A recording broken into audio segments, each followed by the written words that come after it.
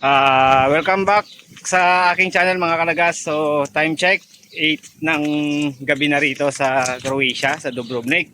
So for now, kung andito man kayo sa Croatia, siguro nababasa niyo yung mga bagong batas ngayon na pahirap ng pahirap. Pero wag naman sana dumating yung time na maging katulad to ng Hungary na hindi na nagbibigay ng work permit sa mga bago. So kagaya namin, nagtatrabaho kami dito.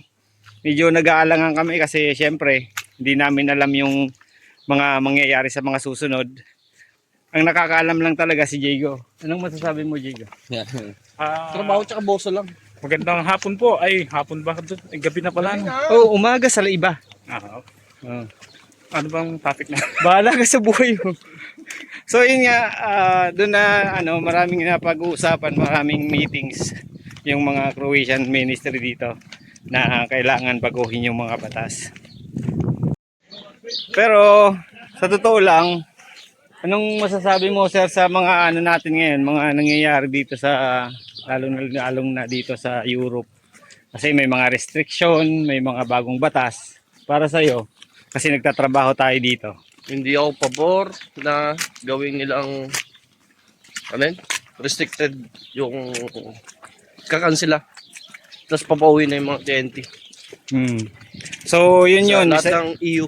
Oh, isa rin yun sa mga ganyan. So actually, masama rin talaga maging TNT pero sana maintindihan din na magbigay agad ng work permit dito sa mga lalong-lalo na sa mga Pilipino.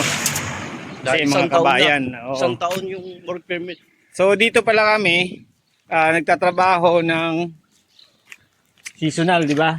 Yes. Seasonal kami dito. Seasonal. Oo. So nahihirapan din kami. Hindi rin namin alam kung mai-retain ba kami o maghahanap ulit ng ano. Sa iba, madali lang sabihin na madali maghanap ng trabaho kasi may mga kakilala. Kami, wala. Talagang pumunta kami dito na kami-kami lang yung magkakasama.